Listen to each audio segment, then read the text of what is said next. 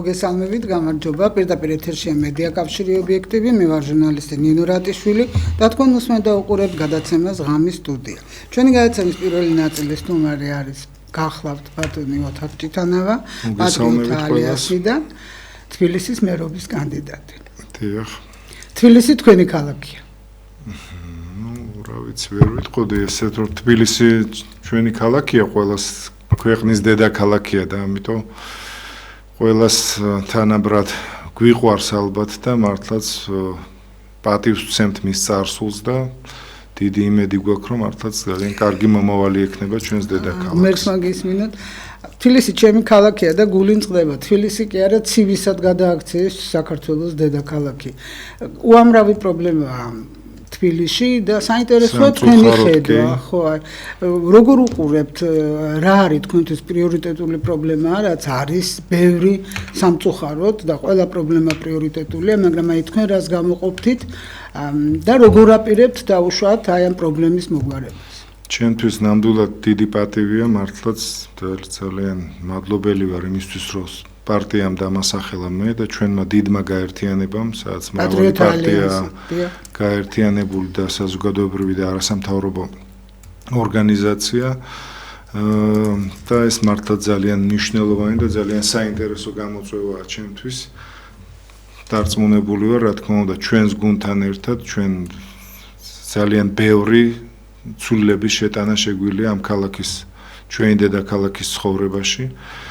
პრობლემები მართლაც უამრავია და აქ გამოსავალია უამრავ რეფორმაში, რომელიც აუცილებლად უნდა გატარდეს ქალაქში, იმიტომ რომ ასე ცხოვრების გაგრძელება აქ არ შეიძლება, იმიტომ რომ რა ვიცი, პრობლემები უამრავია თქვი, ჰაერის დაბინძურებით დაწყებული, ხმაურით, ტვერით, ქაოსური საგზაო მოძრაობით, ასეთი მოუწესრიგებელი საგზაო და სატრანსპორტო ინფრასტრუქტურით, პარკირების გაუთავებელი პრობლემებით, ამ უკანონო და უკონტროლო მშენებლობებით დასრულებული. მართლაც ეს არის ისეთი პრობლემები, ამას დამატებული რა თქმა უნდა, სოციალური პრობლემები, იმიტომ რომ ყველაზე მეტი სოციალურად დაუცველი ადამიანი სწორედ ჩვენს დედაქალაქში ცხოვრობს, სადაც სოციალურ დახმარებას 250.000-მდე თბილისელი იღებს,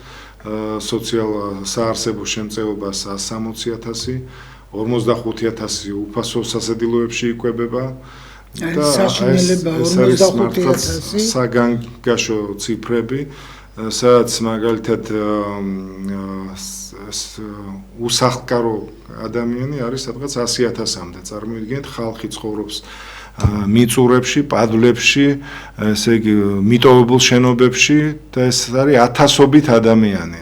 პირველ რიგში თვლი რომ ალბათ საჭიროა სწორედ აი ასეთ ადამიანების, აი ამ გაჭირვებას ჩავარდნილი ადამიანების დახმარებაზე გადავიტანოთ მთელი ყურადღება და ჩვენ პროგრამაშიც გვაქვს, რომელსაც გზა და გზა გავაცნობთ ჩვენ თბილისელებს. პირველ რიგში მართლაც ამ ხალხზე არის საზრუნავი, იმიტომ რომ სახელმწიფო ბიუჯეტით, ქალაქის ბიუჯეტი არის მართლაც ძალიან მნიშვნელოვნად გაზრდილი. შედარებაც არ შეიძლება. მაგალითად 2021 წელს დედაქალაქის ბიუჯეტი 1.100.000.000 იყო.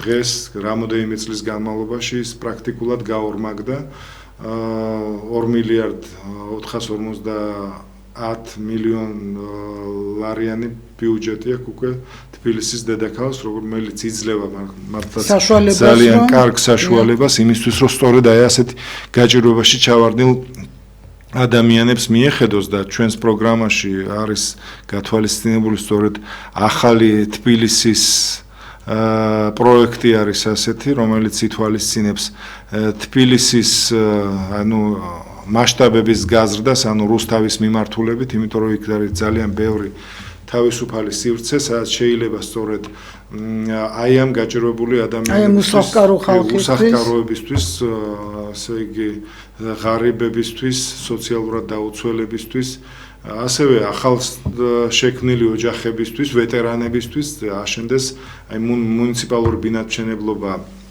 განვითარდეს, იქ აშენდეს მრავალი საცხოვრებელი კორპუსი, სწორედ აი ასეთი ადამიანებისთვის ბევრს, რა თქმა უნდა, უფრო მნიშვნელოვან ნაწილს ეს ბინები გადაეცეს უსასყიდლოდ, ნაწილს რაღაც შეღავათიან პირობებში, იმისათვის რომ მართლაც აი ამ ხალხის პრობლემებს ეშველოს, იმიტომ რომ მართლაც გაუსაძლისია მათი ცხოვრება და ადამიანი ერთხელ ცხოვრობს ამ ქვეყანაზე და ესეთ მდგომარეობაში ყოფნა ასეთ ულამაზეს ქალაქში მართლაც ძნელად წარმოსადგენია 21 საუკუნეში.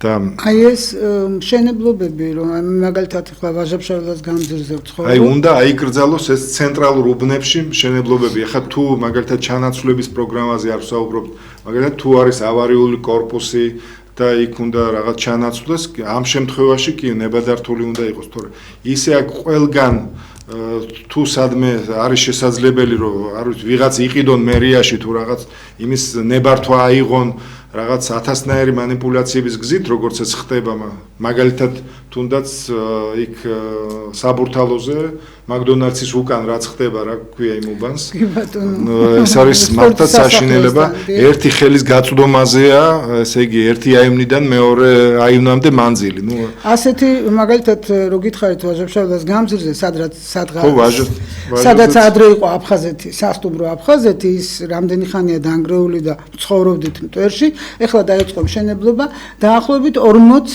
სართულიან შენობას აშენებენ და აი როგორ არის იცით მიმდებარე სახლებთან მართლაც შეიძლება ხელი ჩამოართვა ასეთი მაღალი კორპუსების შენებლობა რამდენად თვითონ საშიში ხომ არ არის აი რამდენად მტკიცია და რამდენად რეალურია ის დასკვნები რომელი დასკვნების საფუძველზე შენდება ასეთი მაღალსართულიანი შენობები ვიცით რომ თბილისი პრინციპში წყალზე დგას არა და ძალიან ბევრია საშიშროების ასე ვთქვათ ელემენტი აი ამაზე რა სიტყვით როგორ შეიძლება ამის აღმოფხვრა რომ რაღაცა კონტროლი იყოს კი მე მესმის კერძო საკუთრება ასე შემდეგ და ასე შემდეგ მაგრამ ამას არ უნდა შეეწიროს ხო ჩვენი დედაქალაქი რამოდენიმე მიმართულება აქვს ახალი სტანდარტები უნდა დაწესდეს რამოდენიმე მიმართულებით ეს არის ეკოლოგიური მიმართულება არქიტექტურული მიმართულება ვიზუალური და სამშენებლო მიმართულება აი ამ მზე რო ამოვა და უშუალოდ მზესთან კონტაქტი აღარ გვექნება იმიტომ რომ ეს მაღალი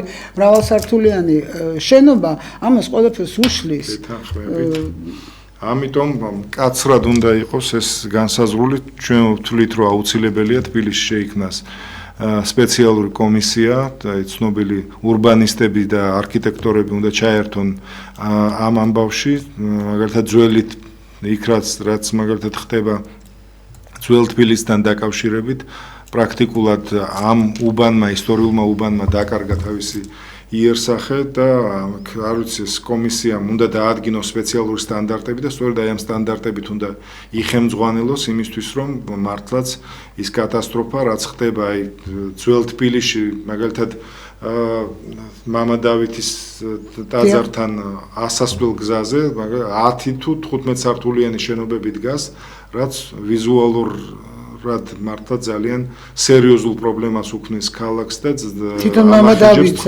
თვითონ ამ იერსახეს აი ესეთი რაღაცები არ უნდა ხდებოდეს და ვიმეორებ აუცილებლად ცენტრალურ უბნებში განაშენიანება უნდა დასრულდეს იმიტომ რომ მართლაც გაუსაძლისია აქ ყველანაირი თვალსაზრისით იმის ატანა რასაც აკეთებენ თბილისის ცენტრში დეველოპერები და განსაკუთრებით ვიწრო ქუჩებზე როცა შენდება ასეთი მაღალსართულიანი შენობები ეს არის კატასტროფა მანქანით ვერ გაივლი ფეხით სავალი გზა არ არის თან ისე არის ეს განლაგება თბილისის და ამათმა კიდევ უფრო დაავიწროვეს ამ კუნძულების შექმნით და ტროტუარების გადიდებით იქ სადაც არ არის ეს საჭირო მაგალითად და ველოსიპედის ვიყავი ფანასკერტელის ქუჩაზე ზუსტად 20 წუთი ვიდექი 200 მეტრიან მანძილზე სადაც ანუ ტროტუარი არის გადიდებული და ვიწრო ქუჩა 10 მეტრიანი სიგანით ორმხრივი ესე იგი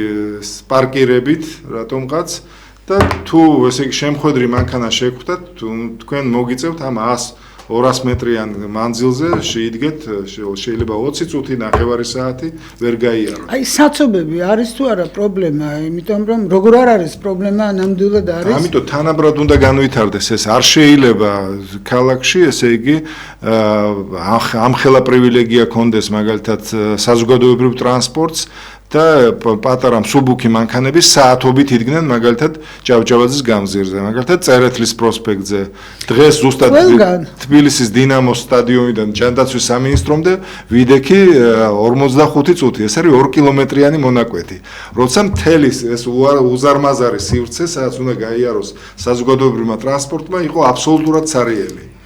აი ეს არის ის რეალობა, რომელშიც როგორ უნდა მოაწესრიგოთ ეს ჩვენ არ მოვშით. ჯერთის ეს პროექტი ჩავარდა, უნდა ვაღიაროთ ეს, რომელიც ეს ბასლაინების, არ ვიცი ეს რა არის. როგორ უნდა მოხდეს, მართლა ძალიან რთულია ამაზე პასუხის გაცემა ახლა, მაგრამ გარკვეული დრო ჭირდება, სპეციალისტები უნდა დაждენ, იმსჯელონ, როგორ შეიძლება ახლა აი ამ გაფუჭებული საქმის ასე გამოსწორება. აი თუნდაც ყოფილი პეკინის გამზირი. ჩვენ ვამბობთ, რომ თანაბარის შესაძლებლობა შეექმნას ქვეითად მოსიარულეებს, მსუბუქი ავტოტრანსპორტით მოგზაურ ადამიანებს და საზოგადოებრივ ტრანსპორტით უნდა გადანაწილდეს. კი, რა თქმა უნდა, ისე თანაბრად, რომ არც ერთ ყველა მიგზნოს თავი თანაბრად და იყოს რაღაც ბევრად უფრო კომფორტული გადაადგილება, ვიდრე ახლა არის ამჟამად. მოწოდება რო აქვს ბერიას და ხელისუფლებას, რომ არა, შენ მანქანით არ უნდა იმგზავრო, შენ უნდა იმგზავრო ავტობუსით. აი ესეთი რაღაცა დირექტივა, მე ცოტა მაღიზიანებს, როგორ ესე იგი თვითონ უნდა მანქანით იმგზავრონ და ჩვენ კანა იმიტომ რომ საზოგადოებრივი ტრანსპორტით სარგებლობს სწორედ იმ ზოლზე, სადაც მოძრაობს საზოგადოებრივი ტრანსპორტი. თითქოს გარბიან რაღაც ქვეყნის გადასარჩენად და როგორ გადაარჩინეს ქვეყანა 14 წელი ეს ვნახეთ და კარგად დავიმახსოვრეთ. ხო და ეს დირექტივა რომ შენ უნდა ავტობუსით რომ მომეცი უფლება ავირჩიო რითივიარო და შევიქმნი ვითარება ისეთი რომ არ დავზარავდე არა და სწორია, ამას ემატება კიდევ ტრანსპორტში ეს ეკოლოგიური პრობლემები, პრაქტიკულად ისე არის იმდენად ჰაერი დაბინძურებული ბოლო წლების განმავლობაში განსაკუთრებით, მართლაც რთული ვითარება ხელისუფლებისგან კი გვესმის, რომ ევროპაში, სამხრეთ-აღმოსავლეთ ევროპაში თბილისი მალე გახდებაო, ასე ყველაზე ეკოლოგიურად სუფთა ქალაქიო და როგორ ხდება ეს? მაგალითად ევროპის ბევრ დედაქალაქში ერთ ადამიანზე მოდის 30-დან 120 კვადრატულამდე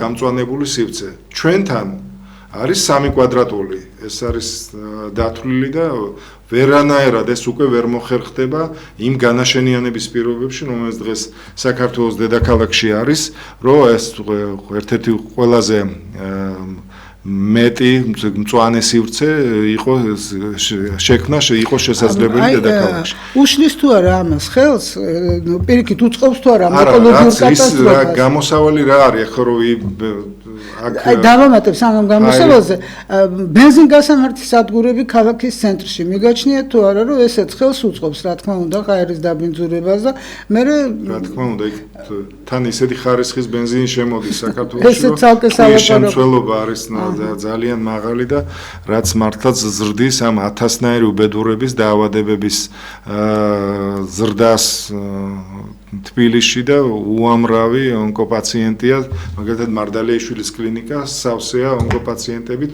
ათობით ოპერაციები ამ ონკოლოგიაზე, რაც სწორედ ეს დაბინძურებული ჰაერი იწვევს და ეს ეკოლოგიური პრობლემები.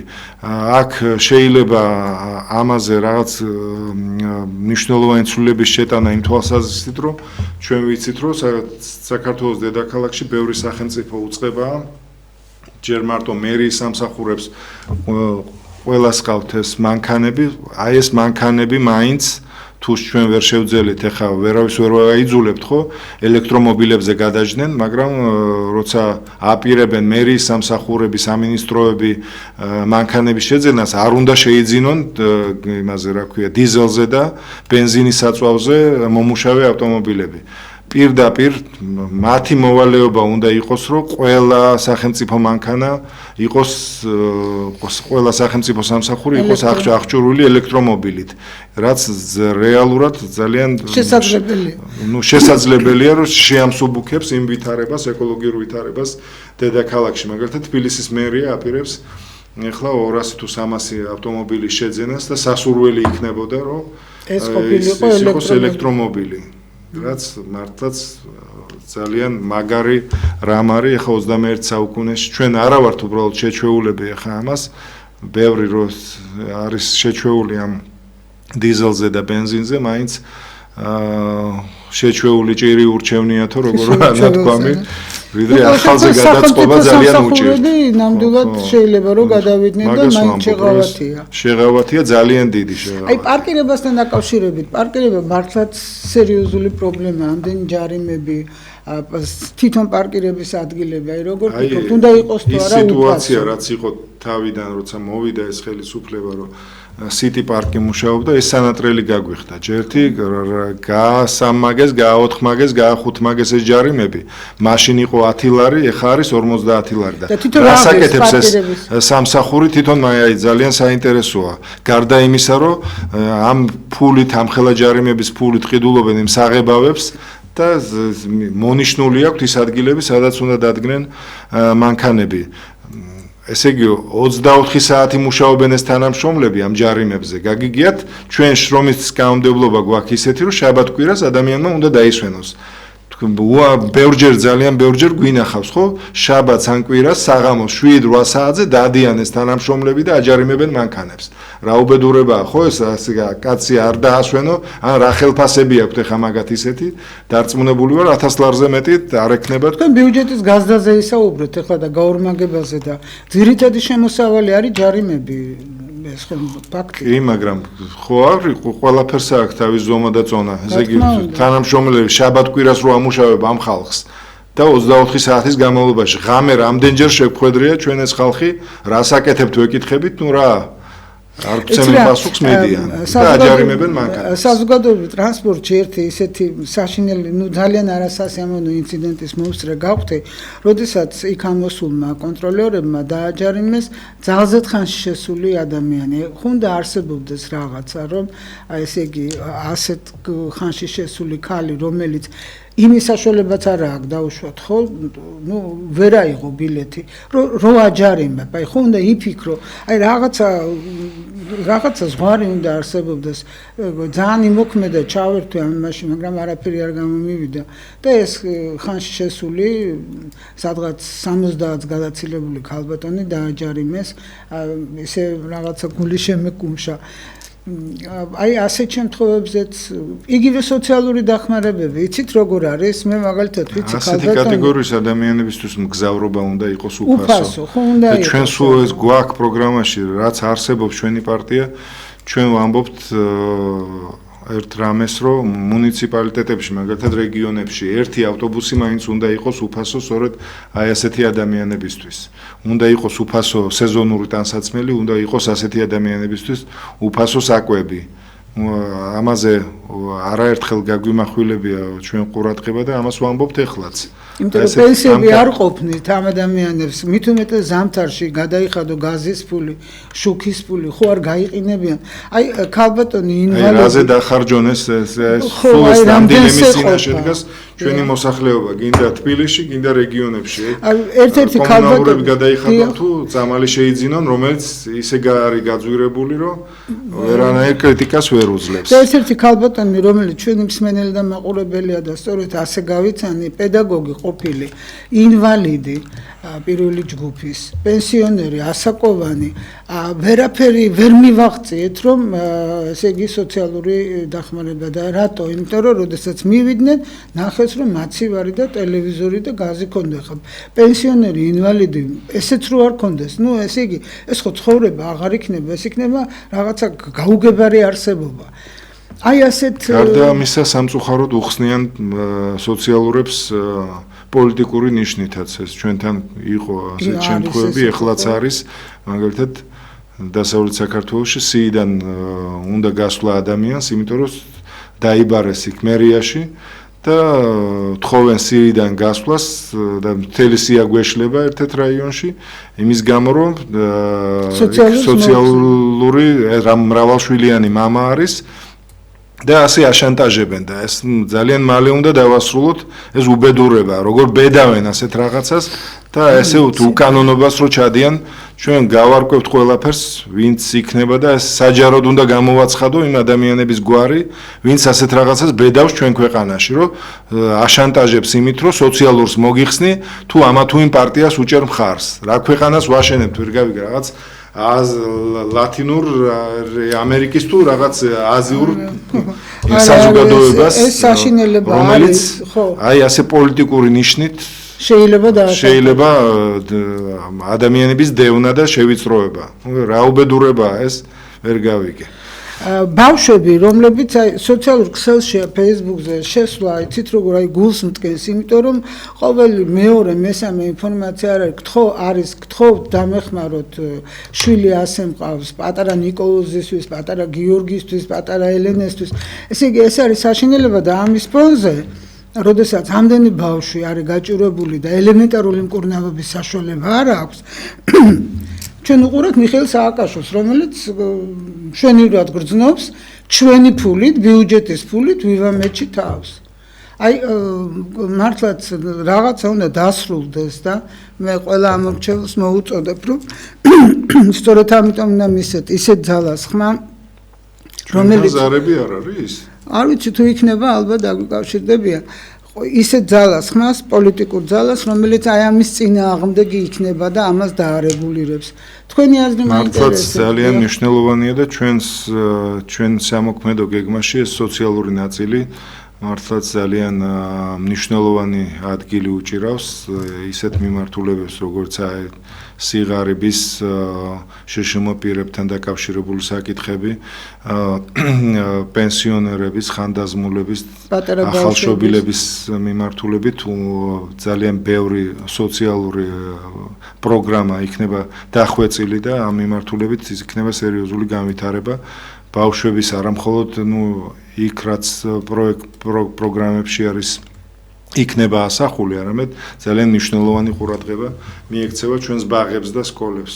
გაიზრდება აუცილებლად არა მხოლოდ მასწავლებლების პედაგოგიური კოლექტივის ხელფასი, არამედ უნდა გაიზარდოს პასუხისგებლობა, უნდა სერიოზული სამუშაოა იმისთვის, რომ მასწავლებლების პედაგოგიური კოლექტივის კვალიფიკაცია გაიზარდოს. ძალიან სერიოზული პრობლემები იყო ამასთან დაკავშირებით სულ ახლო წარსულში, როცა მასწავლებლების მნიშვნელოვანმა ნაწილმა ვერ გაიარა ის როგორ ეძახიან ამ გამოცდებს თუ ტესტირებას, რომელიც მათ საქართველოს განათლების სისტემას სამინისტრომ შესთავაზა. აქ არის მართლაც მნიშვნელოვანი პრობლემები ამ მხრივ. ასევე ჩვენ აი ისევ ქუჩებს რო დაუბრუნდეთ, პარკირებას რო დაუბრუნდეთ, ჩვენი შეთავაზება არის, რომ პარკირება დედაქალაქში, ესე თავარ მაგისტრალებში შეიძლება იყოს ფასიანი, მაგრამ ძირითადად ეს უნდა იყოს უფასო თბილისში. ცენტრალურ გამზირებზე უნდა იყოს ფასიანი, ანუ იქ მსხვილ ობიექტებზე, სამედიცინო თუ სხვა, ამ ადგილებში შეიძლება იყოს ფასიანი და ასევე ქუჩების განლაგება ისე არის მოწყობილი, არ ვიცი, 25 მეტრ სიგანეზე ნაკლები ქუჩები თუ გვექნება, რომელიც არის ქალაქის ცენტრალურ უბნებში, ის უნდა იყოს ცალმხრივი აუცილებლად, იმიტომ რომ ყოველთვის ასეთ ადგილებში იქნება საცობები და გამზირს უნდა დაერქვას გამზირი. გამზირი არის 80 მეტრიანი, 80 მეტრის სიგანის ესე იგი გზა, რომელიც უნდა იყოს აუცილებლად ორმხრივი. ხო? არა, ცალმხრივი უნდა იყოს, ცალმხრივია. კი, ყაზბეგი, ვაჟებშაველა. კი, მასეთი გამზირები შესაძლებელია იყოს ორმხრივი და 20-25 მეტრზე სიგანით ნაკლები გზა უნდა იყოს ცალმხრივი აუცილებლად. რაშიც მივდივართ, სადაც ჩვენი ტელევიზია არის, აქ არის საშინელება ორმხრივი გზა არის. სწორედ აი ასეთ გზაზე არ უნდა იყოს სამსართულიანზე და მაღალი შენობა აშენებული, იმიტომ რომ ეს აუცილებლად შექმნის სატრანსპორტო პრობლემებს, იმიტომ რომ ხალხს, რა ვიცი, ოჯახი გეგულება თბილისში, ვისაც მანქანა არ აყავს.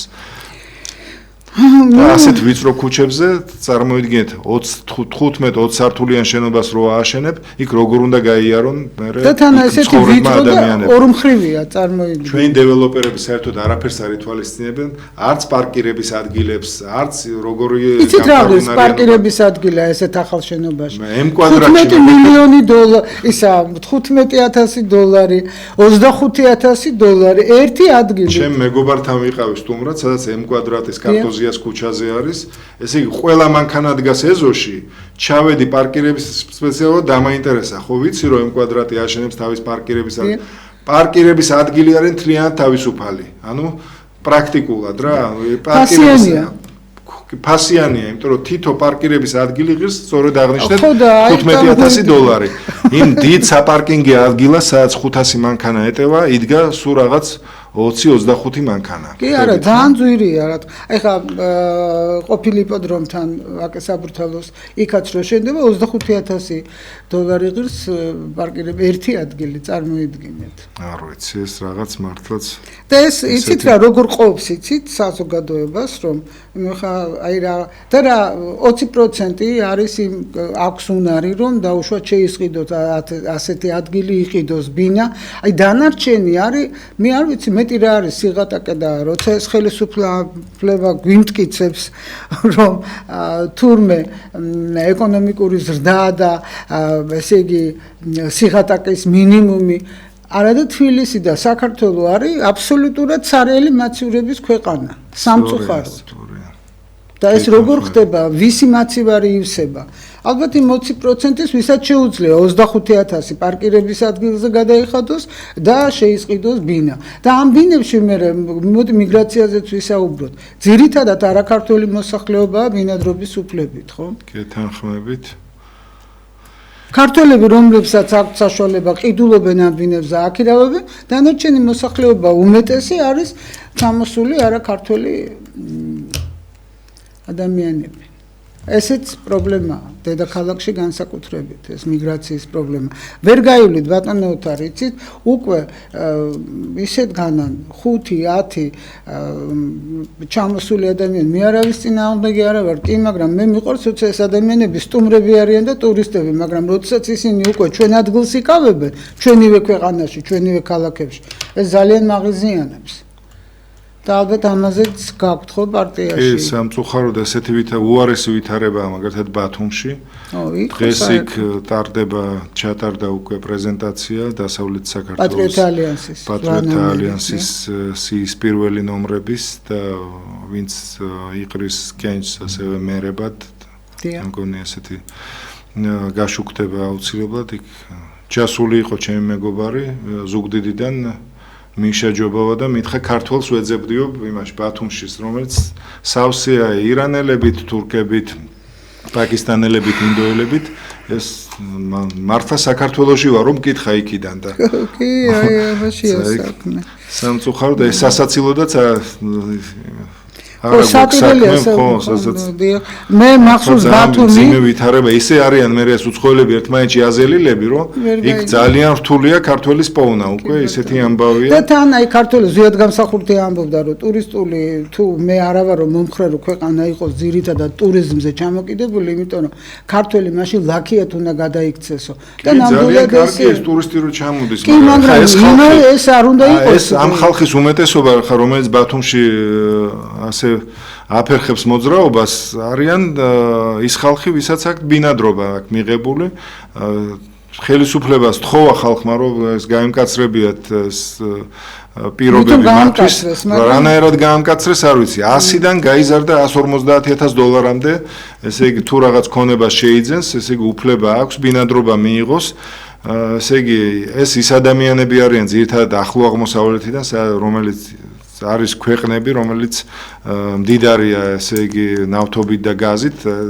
და აქვს საშუალება რომ თავისუფლად არის თუ არა $150,000-300,000-იც გადაიხადონ იმისთვის რომ აქ ბინადრობა მიიღონ იმიტომ რომ აქ ძალიან კარგი პირობებია იმისთვის კლიმატი უწყობს ხელს რატომაც არა ხო და ევროპის და აზიის გასაყარზე ვართ და ყველაფერს აკეთებენ იმისთვის რომ აქ დაიმკვიდრონ თავისი თავი მაგრამ ჩვენ ჩვენ რა პლუსი აი მე როგორც რას ვიგებთ ამით გარდა იმისა რომ მალე შეიძლება უმცირესობა გავხდეთ საკუთარ სამშობლოში ნუ ეს არ ვიცი აი ხო არის ნათქვამი კარინოი თბილისელი ესეთი გამოთქმა უკაცრავად და ესეთი კარინოი თბილისელი ვარ და მენატრება დავით აღმაშენებელი პლეხანოვი ქართული რო იყო აბა გადით ახლა არ არის ქართული მე მენატრება ასლანაბაშიძის დროს რო იყო ბათუმი ქართული აბსოლუტურად ქართული ეხლა რა არის ბათუმი არ ვიცი ნუ ახლა მართლაც და კიდე კაი ხა ეს სხვა ქალაქებს არ შეეხო ზუგდიდს მაგალითად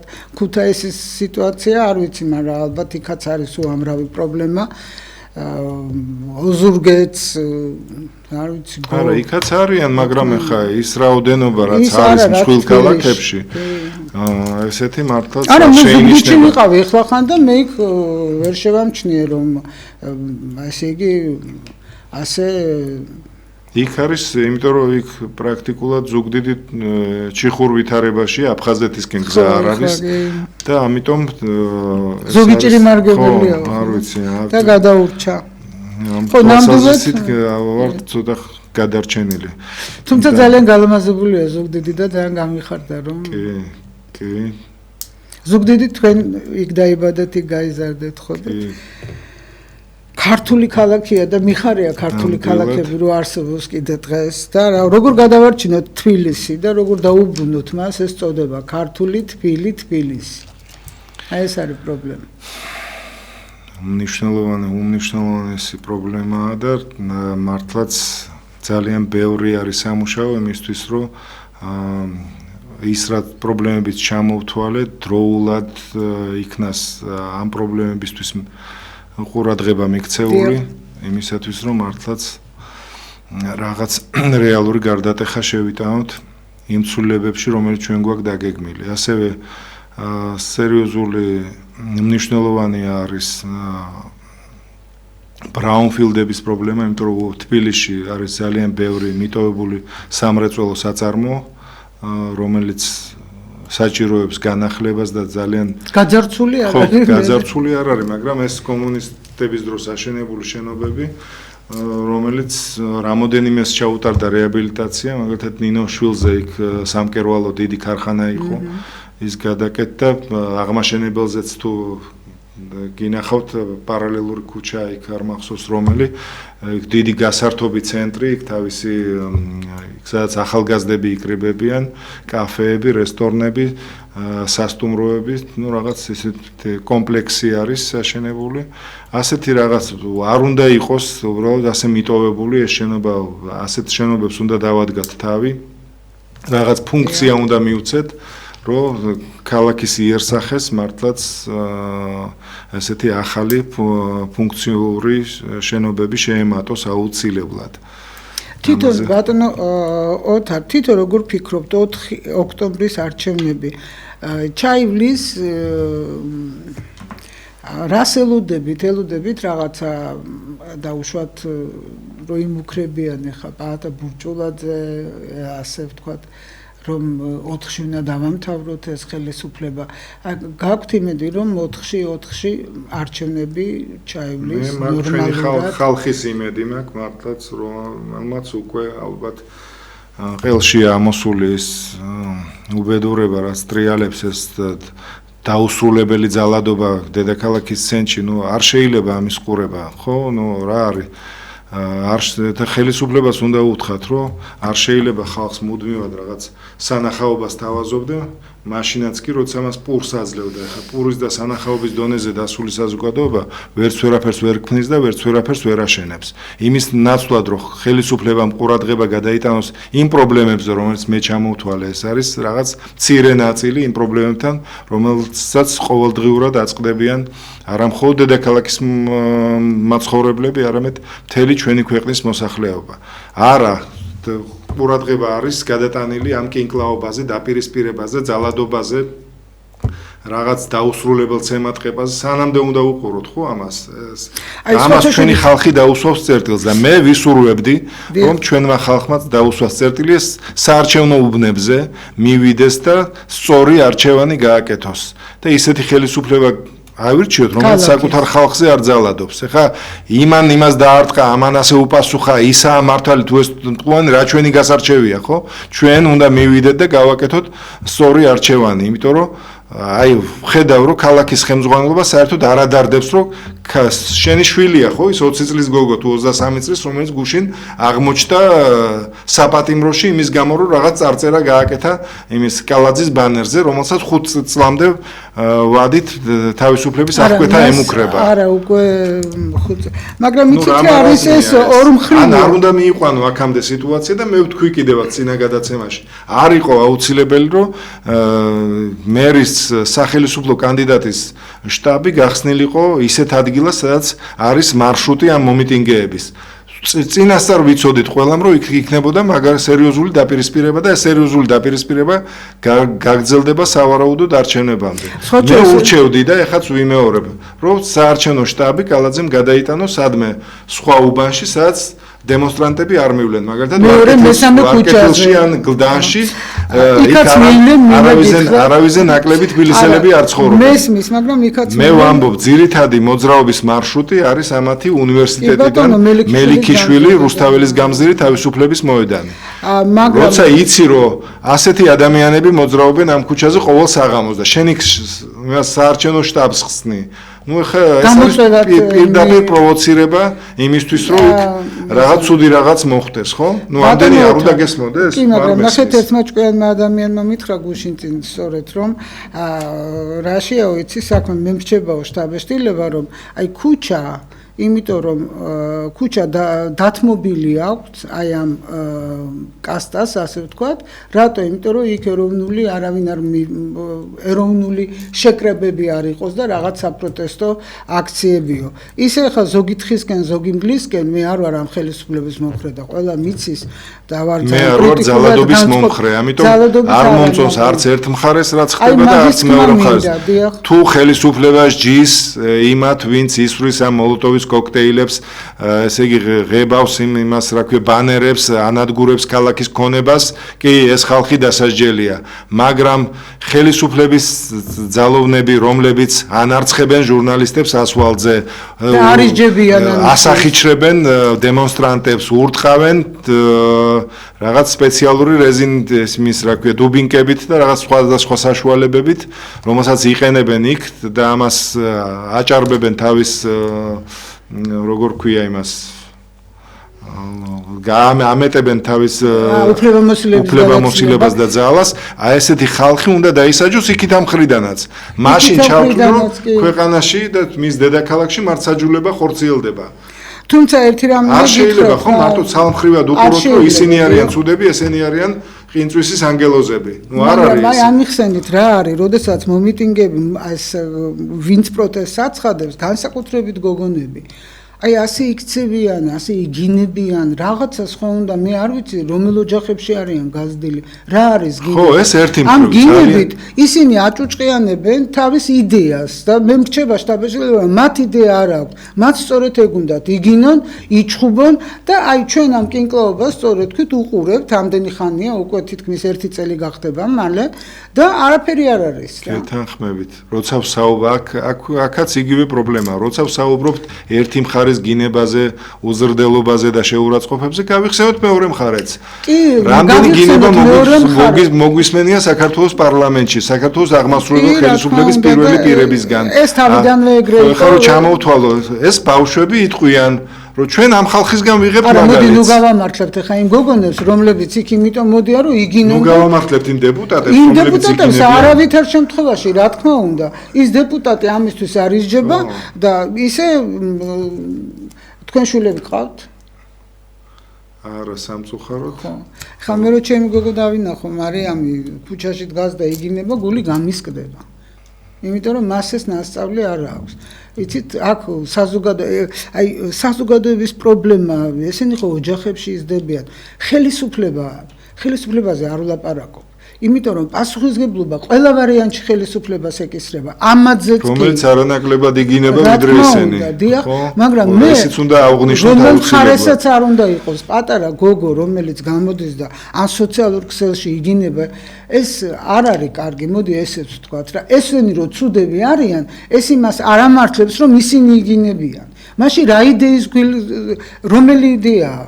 აქ ორ ადგილასაა პრობლემა. ერთი განათლების სისტემაში და მეორე ოჯახში. ოჯახის ადამიანი იზრდება ოჯახში და სკოლაში და ინსტიტუტში, ხო? და რომელი ოჯახი, რომელიც პრინციპში დაანგრეულია, დედაწასულია საზღვარგარეთ, ძირითადად ესეა. მე რატო და ხელისუფლება არის ამაზე პასუხისმგებელი, რა თქმა უნდა. რატო გვირკვირს ეს ამბავი, რომ ხალხი გარბის, გაურბის ამ საზოგადოებრივი კლიმატის გამყინვარებას, გაურბის მათხოვრობის პერსპექტივას, გარბიან სხვის ქვეყანაში, სხვისი ბავშვების და სხვისი მოხუცების მოსავლელად, გარბიან მათ შორის კრიმინალის ჩასადენად, სამწუხაროდ ეს უამრავი ფაქტი არის ამისთვის და რა ხალხი დაბრუნდება ხო იქიდან რაღაც სულ გახუნებული და საყრდენ დაკარგული, რომელსაც რა პერსპექტივა ელოდება აი ასეთი ხელისუფლების პირობებში, რომელიც ჩვენ გვყავს, რომელიც საერთოდ არ ზრუნავს იმაზე, როგორ დააბრუნოს ჩვენი მოქალაქეები უკან. თქვენ გახსოვთ კომუნისტები, ხო? ისეთ ასაკში ხართ, რომ საბჭოთა კავშირი გახსოვთ. მე მახსოვს ეროვნული მოძრაობა. არასოდეს ჩვენი თავისთვის იმისი შეურაცხყოფა, ეს არის საკუთარი თავის შეურაცხყოფა და არა ვიღაც ის ბავშვი, რომელიც გამოდის და იგინება, უნდა მიხვდეს, რომ ის საკუთარ ღირსებას შეურაცხყოფს ამით და არა იმას, ვისაც აგინებს. მე არ მახსოვს, მიუხედავად იმისა, რომ იყო დაპირისპირებას და ეხლა ეროვნული მოძრაობა, წარმოიდგინეთ, რამდენი დაპირისპირება იყო. აი ასეთი რამ იშვიათად ყოფილა და არც ყოფილა, მე არ მახსოვს და მე ეს გარეთ და სოციალურ ქსელებშიც რაც ხდება, ხო და მithume აქედან გამომდინარე შენ როცა აპროტესტი და ეს არ აინტერესებს იმ ადამიანებს, ვინც ასე იქცევა ქსელში. ნუ ეს არ მესმის ცხოვრებაში უწმაწური სიტყვა არ მიხმარია სოციალურ ქსელში, როგორ ისვრიან იქაც, ნუ რა არის ეს? იციან, რომ არასრულწლოვნები არიან აქ. და ხო, არა, ანდ თუნდაც აი დამოკიდებულება მე. თან ისეთი სერიოზული ხალხი, რომ რაღაც საზოგადოებაში იცნობენ და ნუ რა ვიცი, როგორ. ხო, მე იმისით გამინდოდა, რომ ეხა, როდესაც გამოდის რა შეჯდება ეს რა? ასეთი ახალგაზრდა გინდ ბიჭიდან მით უმეტეს გოგო და ის ესე იქცევა და მე რაღაცაზე მელაპარაკება, მე არ მჯერა, მე ხომ აქ განა იმიტომ რომ ოცნების მომხრე ვარ, პირიქით ეხა რაც მე მათ არა პირიქით, განა იმიტომ რომ მომხრე ვარ და სულ ყოველთვის ვაკრიტიკებ, ვინც უყურებს ჩემ გადაცემებს, კარგად იცის, ხო, მაგრამ ეს იმას არ ნიშნავს, მე რო ოცნების მომხრე არა ვარ და ესენი არ მომწონს, არ შეიძლება, როდესაც აი ესეთი სახით, შენ ვერაფერს რა არის ეს? ამისი გამართლება, იმიტომ რომ ესენი ცუდები არიან, ესენის ცუდები არიან და იმათი გამართლებაც არ შეიძლება. სამწუხაროდ ჩვენ აი ძალიან უსინდისო ხალხს ვენდეთ, რომლებიც დაგვპირდნენ, რომ ძალიან ბევრ პრობლემას, მათ შორის ისეც, რაც ჩვენ ჩამოვთვალეთ, გამოასწორებდნენ და სულ სხვა ქვეყანაში ვიცხოვრებდით და ეს ის ხალხია, რომელსაც ამნეზია სჭირთ, მაგრამ მინდა შევახსენოთ, ჩვენი მოყვანილები ხართ ხელისუფლებაში ყველა. რო არა კადრები 9 წელი სახში არ შევსულვარ, თურმე თქვენ გამო, რომ თქვენ იჯდეთ იქ მაღალ კაბინეტებში და ისეთი, რა ქვია, კანონები მიიღოთ, როგორიც გვაგდღეს და ისე მოექცეთ ხალხს, როგორც დღეს ექცევით.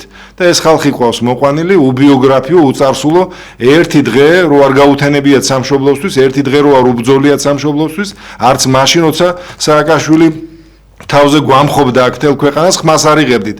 სად ბრძანდებოდით აი ეს მაინტერესებს, რომლებიც წამოჭიმული ხართ დღეს საქართველოს პარლამენტში და აღმასრულებელ ხელისუფლებაში, არც ერთი იქ არ მინახი ხართ და მოხვედით ახლა, რა ვიცი, სად შეკრიბა ან ეს ივანიშვილმა, ან ესეთი წარსულის ხალხია, ან ესეთი ინტელექტის ან ნუ რა ვიცი რა არის ეს რა თან ზედიზედ სამჯერო დაუშვება ამ პრობლემას. არასოდეს არ ყოფილა რა მომშეველი ქართული ოცნების, იმიტომ რომ მე ჩემი პირადი პრეტენზიები მქონდა ივანიშვილთან და ქართულ ოცნებასთან.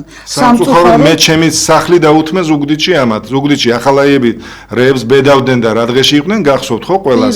ვერავინ ვერ ბედავდა ქართული ოცნებისთვის სახლი მიეკირავებიათ და მე უთხარი იქ იყვნენ ჩამოსული ბიძინამ გამოაგზავნა იქ თავის დაჯავშნული მანქანად თავის წარმომადგენლები, რომ იქ გაგვეხსნა რაღაც ადგილობრივი ორგანიზაციები, დაგვეფუძნებია და არც ერთმა ზუგდიდში არ მოგცა ოფისი იმისთვის, რომ ეხლა და ჩემს სახლში დაიწყო ეს ამბები, მერე მოვიდნენ ეს რაღაც გადაცმული ენერგეტიკოსების ფორმებით, აქ გაყვანილობა უნდა შევამოწმოთ და შუჩოკები დაგვიმონტაჟეს კარგად, რომ იცოდნენ რაც ხდებოდა. ისე თავხედურად ვერ გაბედეს, რომ როგორ გაბედეთ აქ თავშეყრა და აქ სიარული, მაგრამ ასეთი გზა გამოვლილი და მოვიდა ის ხალხი, რომელიც საერთოდ არ მინახავს არც ერთ ბრძოლაში და დღეს ბრძანებებს იძლევიან და გვასწავლიან როგორ ვიცხოვროთ და როგორ მოვიწყოთ ცხოვრება. ეს არის ის რეალობა ხალხო, რომელშიც აღმოვჩნდით. რა ეგნაღლებათ იმათ არ უნახავთ რა იყო ახალაიების და ვანო მერაბიშვილის და ადეიშვილის იმაში პირობებში ცხოვრება, პირიქით ბევრი მათგანი, საქართველოს პარლამენტის პრინციპში ნახევარზე მეტი დეპუტატები საფინანსებდნენ მაშინ ნაციონალურ მოძრაობას და დღეს არიან აქ. რითი ახსნით და ცხოვრება აქვს საამური აწყობილი. ოთარ, რადგან ზუგდიდზე ჩამოვარდა საუბარი, ზუგდიდმა ძალიან მტკივნეულად გადაიტანა სააკაშვილის რეჟიმი, პირად შეურაცხყოფად, არ მინდა კიდე ჩამოვთვალო. ძალიან ცოტა დრო გვაქვს, თორე კი მოვყვებოდი ამას. და რა განაპირობებს ეხლა, რომ ისევ ამდენი განაციონალებული არ ვიცი რა გიპნოზი ჩაატარა სააკაშვილმა ზუგდიდში ისეთი რომ ახლა ცენტრალურ უბნებშიც სამწუხაროდ მისი მომხრეები არიან ძალიან ბევრი. სოფლებზე საერთოდ არ ვამბობ. ძალიან გაუჭირდება დათო კოდუა კარგი ბიჭია, ზუგდიდის მერობის კანდიდატია, მაგრამ არ ვიცი ძალიან გაუჭირდება ამ პირობებში ახლა იქ ხმების აღება და შეიძლება მეორე ტურიც დაჭირდეს. გავამხნევოთ დათო. ხო, გავამხნევ. მეორეც კარგია გიორგი თოდუა, რომელიც არის ლელო და გახარიასგან, ორივე ჩემი მეგობრები არიან, ორივეს წარმატება მინდა უსურვო. კოდუა საიდან არის? დავით კოდუა? არა, დავით თოდუა. გიორგი თოდუა. გიორგი თოდუა საიდან არის? ზუგდიდელია. კი, არა და ვის წარმოადგენს? ლელოს და გახარიას. და პირველი რო თქვით? პირველი ქართულ ოცნებას და ნაციონალები არღებულობენ მონაწილეობას. და ჩვენ არ ყავს იქ? ჩვენ ყავს მხოლოდ საკრებულოში ძალიან კარგი ხალხი არიან სიაში და სიის პირველი ნომერი მიშა ჯობავა იქნება ჩვენგან წარმოდგენილი საკრებულოში აუცილებლად. დიდი მადლობა საინტერესო საუბრისთვის და არჩევნებამდე იმედია კიდე მესტუმრებით გადაცემაში ალბათ კიდე რაღაცა გამოჩნდება ნეტა ყველაფერი შვიდად იყოს, მაგრამ ცოტა ეჭვმეპარება. ნახოთ რა იქნება და როგორ გისურვებთ წარმატებებს და გემშვიდობებით და ცოტა ხანში ჩვენ უკვე მეორე სტუმართან ერთად დაბრუნდებით ეთერში. დროებით.